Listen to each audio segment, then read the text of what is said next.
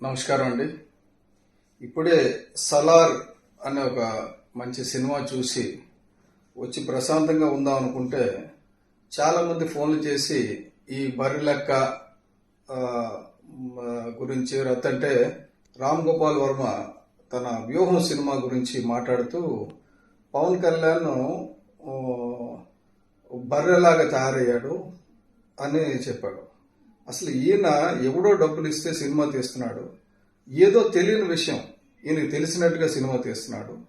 ఒక రాజకీయ పార్టీ ఇంకో రాజకీయ పార్టీని కక్ష సాధించడానికి తీస్తున్న సినిమాకి దర్శకత్వం వహిస్తున్న స్థితికి దిగజారిపోయిన రామ్ గోపాల్ వర్మ. ఒకప్పుడు క్రియేటివ్ చాలా పెద్ద మంచి సినిమాలు, శివాలాంటి సినిమాలు అన్ని మంచి మంచి సినిమాలు తీసిన అతను ఏ స్థాయికి దిగజారిపోయాడంటే ఆఖరికి బూత్ సినిమాలు తీసుకొని కొన్నాళ్ళు ఇప్పుడు బూత్ సినిమాలు కూడా ఎవరు చూడడం లేదని చెప్పి ఈ జగన్మోహన్ రెడ్డి గారిని పట్టుకొని రాజకీయ సినిమాలు తీయడం ప్రారంభించాడు. ఇటువంటి వ్యక్తి ఆఖరికి ఏ రకంగా దిగజారిపోయాడంటే నిన్న ఆయన తీసిన సినిమాకి ప్రీ రిలీజ్ ఈవెంట్కి బోల్డ్ అంత డబ్బు అధికార దుర్వినియోగం, ధనం దుర్వినియోగం చేసి వైసీపీ పార్టీ అదే ఎవరైతే ప్రొడ్యూసర్ ఉన్నారో ఎవరెవరు పెట్టారండి?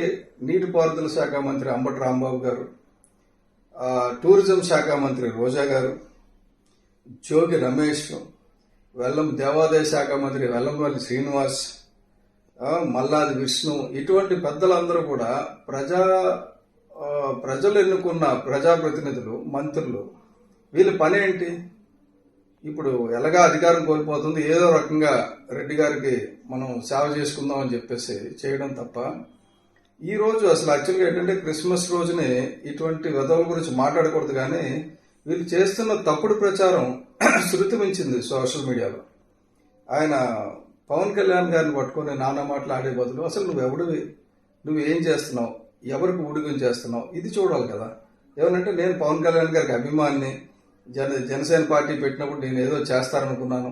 సహనం కావాలయ్యా, ఏదైనా సాధించాలంటే సహనం ఉండాలి. సహనం లేకపోతే ఏది సాధించలేరు. పవన్ కళ్యాణ్